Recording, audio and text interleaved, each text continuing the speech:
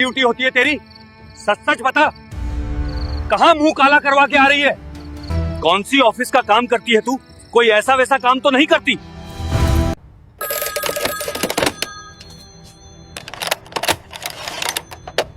Hello बेटा, जल्दी घर आ जा। तेरे पापा को बहुत ज्यादा बुखार है, बोल भी नहीं पा रहे। क्या हुआ पापा को? पता नहीं बेटी, तू जल्दी आ जा। पर माँ, इतनी रात को? तू जल्दी आ जा बेटी, कहीं देरी ना हो जाए। ठीक है माँ, मैं आ रही हूँ।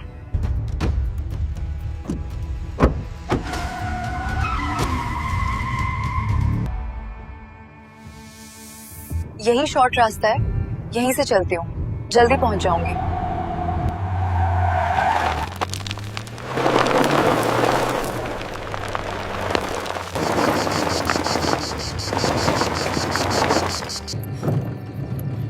अरे यार, ये रास्ता जो ज्यादा ही बेकार है, कहीं मैं जल्दबाजी में फंस न जाऊं।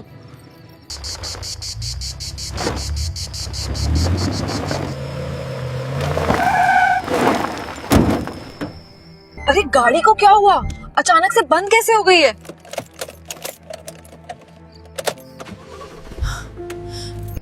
गाड़ी तो स्टार्ट ही नहीं हो रही। अब इसको क्या हो गया? अब इस सुनसान इलाके में मेरी मदद कौन करेगा? लगता है इंजन में कुछ हुआ है, उतर के देखना चाहिए।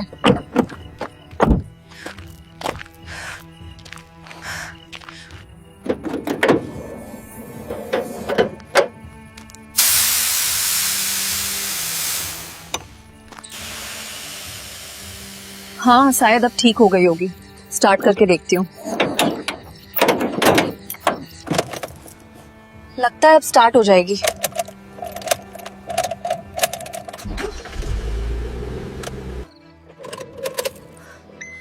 अब स्टार्ट हो भी जा मेरी माँ।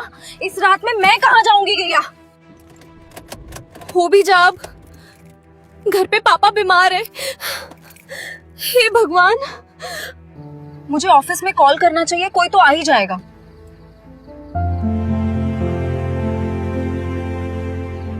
अरे इसमें तो नेटवर्क ही नहीं आ रहा है। अब मैं क्या करूंगी? गाड़ी तो स्टार्ट होने वाली नहीं। अब मुझे हाईवे की तरफ चलना चाहिए।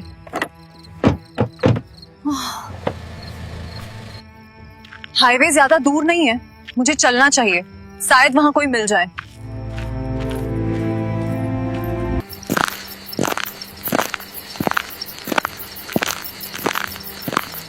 अरे वहां किसकी रोशनी है? लगता है कुछ पुलिस वाले नाइट ड्यूटी पर हैं।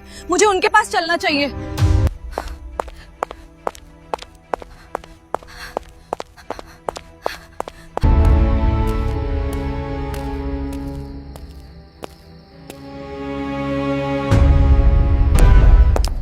रुको!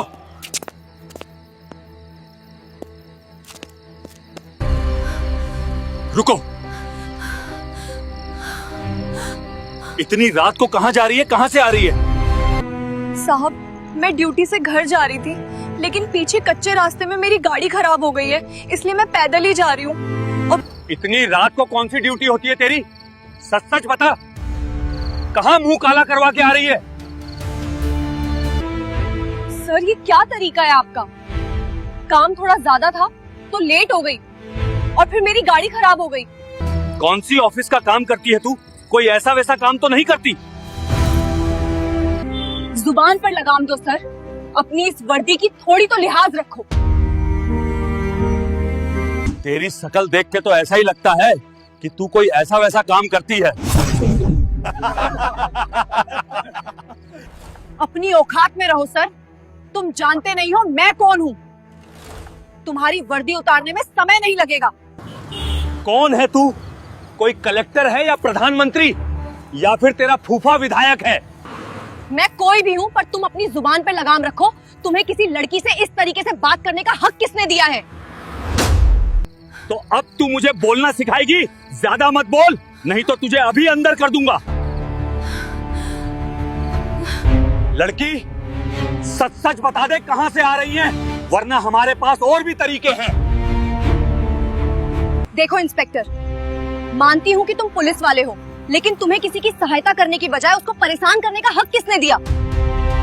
अब तुझे ये बताना पड़ेगा कि मुझे ये हक किसने दिया। बहुत बोल रही है, लगता है तू ऐसे नहीं मानेगी।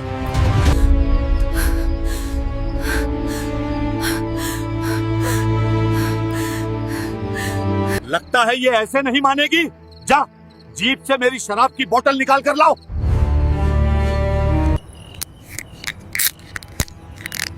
तू ऐसे नहीं मानेगी।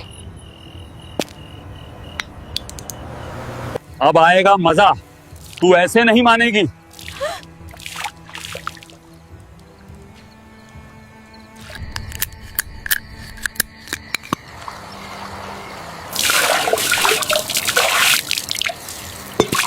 बहुत बोल रही थी, अब चुप क्यों हो गई?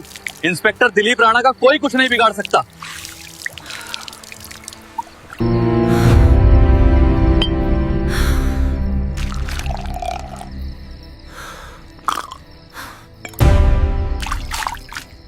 दिलीप राणा नाम है मेरा, इस एरिया में कोई कुछ नहीं बिगाड़ सकता मेरा।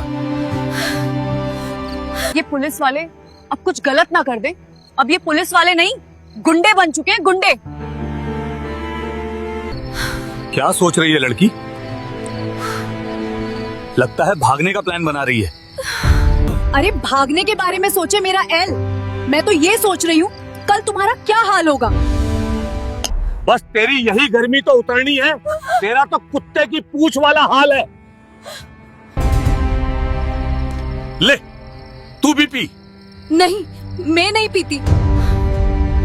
ए लड़की, ज्यादा नखरे मत लगा, चुपचाप पी ले, वरना और भी तरीके हैं पिलाने के। पी ले, कुछ नहीं होगा। अगर कुछ होगा तो हम संभाल लेंगे। साहब, तुम ये ठीक नहीं कर रहे हो। पी ले चुपचाप। लगता है अब तो पीना ही पड़ेगा, वरना ये साले नशेड़ी कुछ भी कर सकते हैं।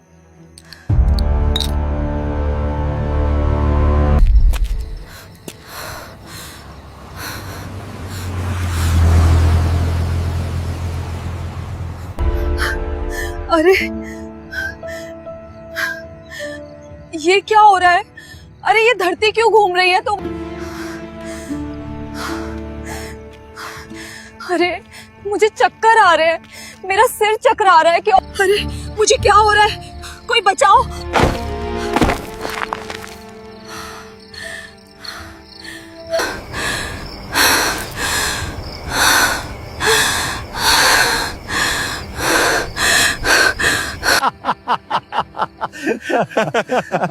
ये हुई बात, अब आएगा मजा।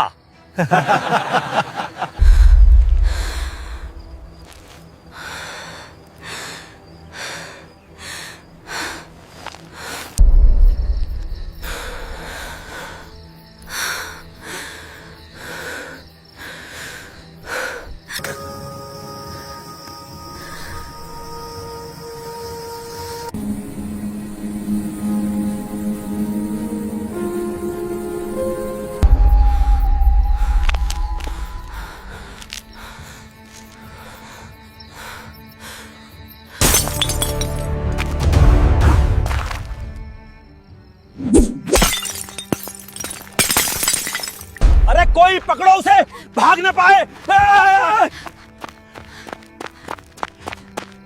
अरे कहां भाग कर जाएगी?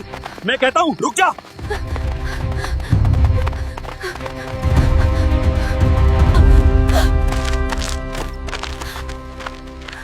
कहां जाएगी तू?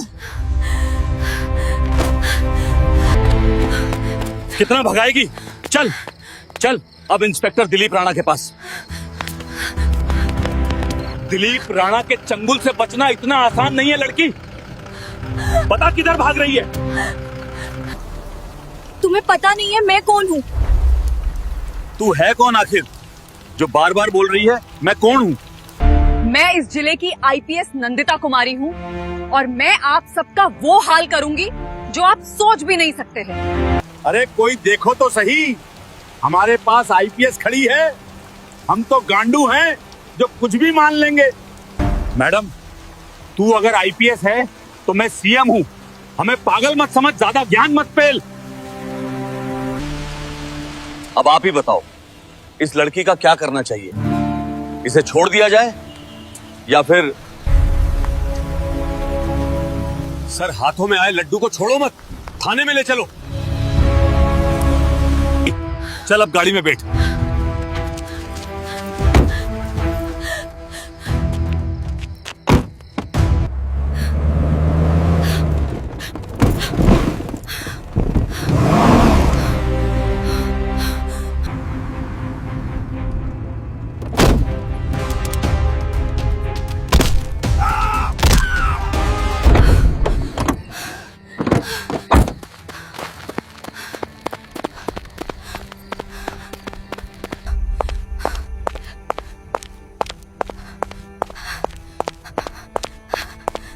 हे भगवान, आज आज बचा ले, कोई तो यहाँ जाए।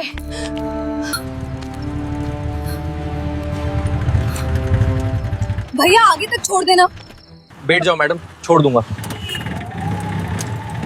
हे भगवान, बचा लिया आपने। कल देखूंगी उन दरिंदों को। अगली सुबह जब सूरज निकला तो आईपीएस नंदिता शर्मा ने अपने पापा को हॉस्पिटल में एडमिट करवाया। फिर वह सीधे एसपी ऑफिस पहुंची। ऑफिस में पहुंचकर उन्होंने रात में हुई पूरी घटना एसपी हितेश कुमार मीणा को बताई और तीनों हवलदारों के खिलाफ रिपोर्ट दर्ज करवाने और इनके खिलाफ कार्रवाई करने का आग्रह करते हुए सख्त लहजे में कहा, इन तीनों को तुरंत निलंबित किया जाए ताकि आगे कोई और किसी महिला के साथ कुछ गलत करने का सोच भी ना सके। मैडम, मैं आपकी बात समझता हूं और आपकी बात से सहमत भी हूं, मगर बिना सबूत के किसी पर कार्रवाई नहीं की जा सकती है, तो कानून को ठोस सबूत चाहिए। मैं आपसे अनुरोध करता हूं कि अगर आप उनके खिलाफ कुछ सबूत जुटा सकें तो मैं इस केस पर आगे कार्रवाई कर पाऊंगा। यह सुनकर नंदिता परेशान हो गई। वह जानती थी कि एसपी हितेश की बात सही है, बिना सबूत किसी को सस्पेंड करना मुश्किल था। वह तुरंत घर पहुंची और फिर थोड़ी देर सोचकर उन्होंने एक योजना बनाई और सीधे उसी थाने पहुंची जहां तीनों हवलदार तैनात थे। थाने में जाकर उन्होंने देखा कि इंस्पेक्टर विराज सिंह डेस्क पर बैठे थे। इंस्पेक्टर ने नंदिता को पहचानने की कोशिश नहीं की। उन्हें लगा कि शायद यह पास के किसी गांव की महिला है जो रिपोर्ट लिखवाने आई है। नंदिता ने इंस्पेक्टर से कहा, सर, मुझे रिपोर्ट लिखवानी है। रिपोर्ट लिखवानी है? पैसे हैं तुम्हारे पास? रिपोर्ट लिखवाने के 5,000 लगते हैं। पैसे लाई हैं या ऐसे ही मुंह उठा के आ गई? लाई हैं तो पैसे निकालो, लिख दूंगा तुम्हारी रिपोर्ट। सर, हमें कानून मत पढ़ाइए। इतना सा अध्ययन हमने भी किया है। कानून में कहीं नहीं लिखा कि रिपोर्ट लिखवाने के पैसे लगते हैं।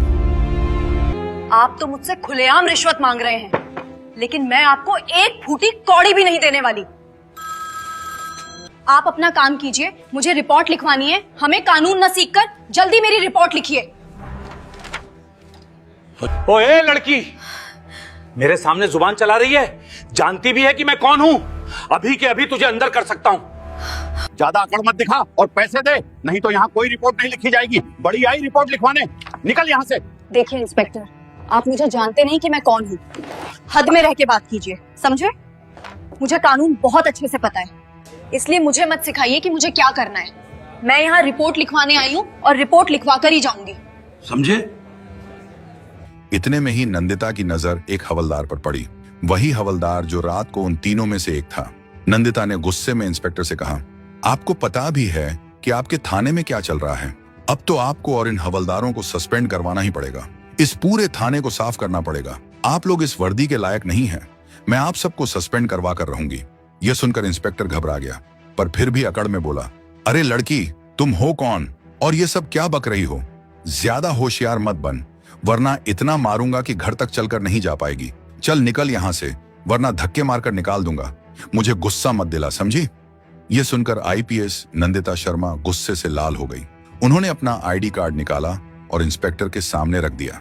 जैसे ही इंस्पेक्टर ने आईडी कार्ड देखा, उसकी आंखें फटी रह गईं और चेहरा सफेद पड़ गया। वह डर के मारे तुरंत खड़ा हो गया और हाथ जोड़कर बोला, मैडम, मुझे माफ कर दीजिए। मुझे नहीं पता था कि आप जिले की आईपीएस हैं। Sorry madam. बताइए आपको किसके खिलाफ रिपोर्ट लिखवानी है? मैं अभी रिपोर्ट लिखता हूँ। यह सुनकर आईपीएस नंदिता शर्मा का गुस्सा और बढ़ गया।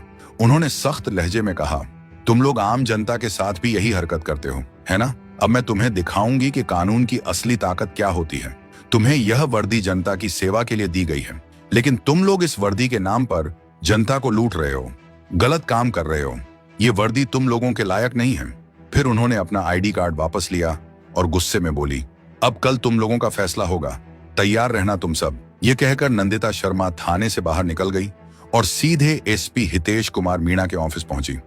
वहां जाकर उन्होंने पूरी बात बताई। एसपी हितेश कुमार ने गंभीर स्वर में कहा, मैडम, थाने में सीसीटीवी कैमरे लगे होंगे। अगर हम वो फुटेज देख लें तो पता चल जाएगा कि इंस्पेक्टर ने सच में आपके साथ क्या किया था। दोनों तुरंत थाने पहुंचे और वहां के सीसीटीवी कैमरों की जांच शुरू की। फुटेज देखकर सब कुछ साफ हो गया। वीडियो में साफ साफ दिखाई दे रहा था कि इंस्पेक्टर किस तरह से आईपीएस नंदिता शर्मा से बदतमीजी कर रहा था। अब सबूत पक्के थे और नंदिता मैडम खुद उस घटना की मुख्य गवाह थी। एसपी ने तुरंत रिपोर्ट तैयार की और मामला कोर्ट तक पहुंचाया ताकि यह केस पूरे सिस्टम के सामने आए और आगे से कोई भी व्यक्ति, चाहे वह वर्दी में हो या आम नागरिक, कानून तोड़ने से पहले 100 बार सोचने पर मजबूर हो। अगले दिन सुबह कोर्ट में इस मामले की सुनवाई शुरू हुई। कोर्ट के बाहर मीडिया और लोगों की भारी भीड़ जमा हो चुकी थी। हर कोई एक ही बात कर रहा था, आज आईपीएस नंदिता शर्मा के केस का फैसला आने वाला है। कुछ न्यूज रिपोर्टर बोल रहे थे, देखते हैं अब कितने बड़े बड़े अफसरों को सजा मिलती है। क्या पुलिस वाले फिर से बच जाएंगे हमेशा की तरह? लेकिन इस बार मामला अलग था। इस बार सामने कोई आम औरत नहीं थी, बल्कि जिले की आईपीएस खुद खड़ी थी, जिन्होंने अपने ही सिस्टम के खिलाफ आवाज उठाई थी। कोर्ट के अंदर माहौल बेहद गंभीर था। जज साहब अपनी सीट पर बैठे थे। सामने सरकारी वकील और दूसरी तरफ बचाव पक्ष के वकील मौजूद थे। पीछे की सीट पर बैठे थे वही 3 हवलदार और इंस्पेक्टर जिन पर आरोप था। सबके चेहरों पर डर साफ झलक रहा था। कोई नजरें ऊपर उठाने की हिम्मत नहीं कर पा रहा था। जज ने दस्तावेजों पर नजर डालते हुए कहा, केस नंदिता शर्मा बनाम राज्य पुलिस विभाग की सुनवाई शुरू की जाए। सरकारी वकील खड़े हुए और बोले, माय लॉर्ड, ये मामला सिर्फ एक महिला अधिकारी के साथ बदतमीजी का नहीं है। ये हमारे सिस्टम की सच्चाई है, जहां कुछ लोग ताकत के नशे में भूल जाते हैं कि कानून क्या होता है। उन्होंने आगे कहा, हमारे पास सीसीटीवी फुटेज, ऑडियो रिकॉर्डिंग और गवाह तीनों मौजूद हैं। फिर स्क्रीन पर फुटेज चलाया गया। पूरा कोर्ट देख रहा था। स्पष्ट दिख रहा था कि इंस्पेक्टर किस तरह आईपीएस नंदिता शर्मा को एक आम महिला समझकर रिपोर्ट लिखने से मना कर रहा है, रिश्वत मांग रहा है और फिर बदतमीजी कर रहा है। कुछ सेकंड के लिए पूरा कोर्ट हॉल खामोश हो गया। नंदिता की आंखों में नमी थी, पर चेहरा अब भी मजबूत और आत्मविश्वास से भरा हुआ था। तभी बचाव पक्ष का वकील खड़ा हुआ और बोला, माय लॉर्ड, ये सब एक गलतफहमी थी। मेरे मुवक्किलों का कोई गलत इरादा नहीं था, वह बस आदेशों को लेकर उलझन में थे। जज ने बीच में टोका, क्या आदेशों को लेकर उलझन का मतलब बदतमीजी और महिला अधिकारी का अपमान है? क्या पुलिस वर्दी में रहकर कोई भी ऐसा व्यवहार कर सकता है? वकील के पास कोई जवाब नहीं था। वह चुपचाप बैठ गया। पूरा कोर्ट फिर से शांत हो गया। फिर जज ने कहा, आईपीएस नंदिता शर्मा को स्टैंड पर बुलाया जाए। नंदिता शर्मा दृढ़ आवाज में बोली, माय लॉर्ड, मैं किसी से बदला नहीं चाहती। मैं बस इतना चाहती हूं कि जो भी यह वर्दी पहनता है वो यह याद रखे कि वर्दी सम्मान की निशानी है, ताकत की नहीं। मैं डर सकती थी, लेकिन अगर मैं चुप रहती तो आने वाली और महिलाएं हमेशा डरती रहती। कोर्ट में बैठे सभी लोग उनकी बात सुनकर भावुक हो उठे। यह केवल एक महिला की नहीं, बल्कि सिस्टम के आत्मसम्मान की आवाज थी। सरकारी वकील फिर बोले, माय लॉर्ड, यह मामला केवल नंदिता का नहीं है, यह हर उस इंसान का मामला है जो अपने अधिकार के नाम पर गलत करने वालों से डरता है। अगर आज इन लोगों को सजा नहीं मिली तो कल फिर कोई आईपीएस, कोई आम औरत या कोई गरीब आदमी इसी तरह अपमानित किया जाएगा। करीब 2 घंटे की सुनवाई चली। हर सबूत, हर बयान के बाद यह साफ हो गया कि इंस्पेक्टर और तीनों हवलदारों ने शराब के नशे में न केवल नंदिता से बदतमीजी की, बल्कि अपने कर्तव्य और पद की मर्यादा का गंभीर उल्लंघन भी किया है। अंत में जज ने फाइल बंद की और फैसला पढ़ना शुरू किया।